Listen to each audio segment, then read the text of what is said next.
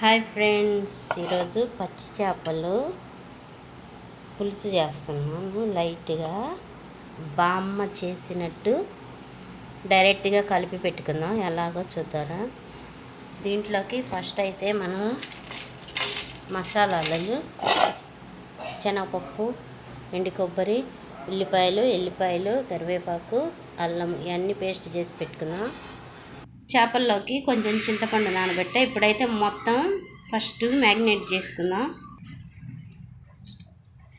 Video on చేయటం మర్చిపోయాను. ఉప్పు, పసుపు, కారము, ఉల్లిపాయలు ఇవన్నీ వేసాను. ఇందులో ఇవన్నీ వేసి ఉప్పు, పసుపు, కారము, ఉల్లిపాయలు వేసి కలిపేస్తున్నాను. చిన్నప్పుడు మా అమ్మమ్మ అయితే ఇలాగే చేసేది చేపల పులుసు. మనము ఆనియన్స్ ఫ్రై చేసి ఆయిల్లో వేయటం కాకుండా ఇలా ఫస్ట్ అన్నీ వేసి కలిపి పెట్టుకున్నా. ఇంతపాటు ఇలా చూపించాగా మసాలా ఇవి కూడా వేసేస్తున్నా. మొత్తం మిక్సీ పట్టాను మసాలా మొత్తం.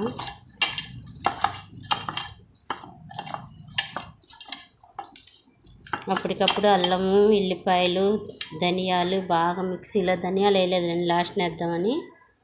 అల్లము, ఎల్లిపాయలు, శనగపప్పు, కొబ్బరి అన్నీ కలిపి పేస్ట్ చేసుకున్నాను. దాంతోపాటు ఇదిగో చింతపండు పులుసు.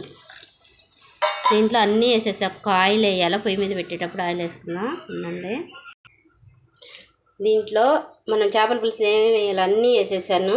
కరివేపాకు వేసేసి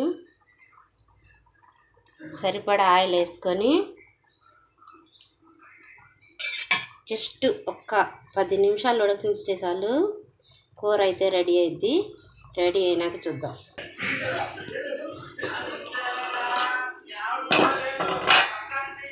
మొత్తం ఇంగ్రీడియంట్స్ వేయాల్సిన వాటికి వేసేసా. ఒక్కరో ధనియాలు పొడి వేసుకుంటే ఫైనల్గా సరిపోయింది. చేపల కూర అయితే రెడీ అవుతుంది. చూసారా ఎంత గ్రేవీగా ఎలా వచ్చిందో. మనము ఆయిల్లో ఫ్రై చేసిన దానికన్నా ఇదే చేపల కూర టేస్ట్ చాలా బాగుంటుంది.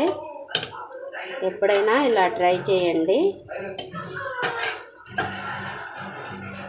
ఇంకొక 2 నిమిషాలు ఉంటే ఫైనల్గా ధనియాల పొడి వేసి ఆపుదాం.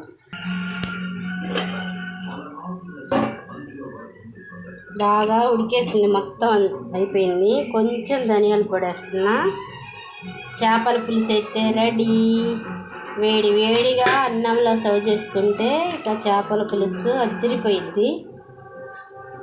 ఎప్పుడైనా మీరు ఇలా ట్రై చేయండి. నచ్చితే మాత్రం లైక్ చేసి కామెంట్ పెట్టండి. Okay friends.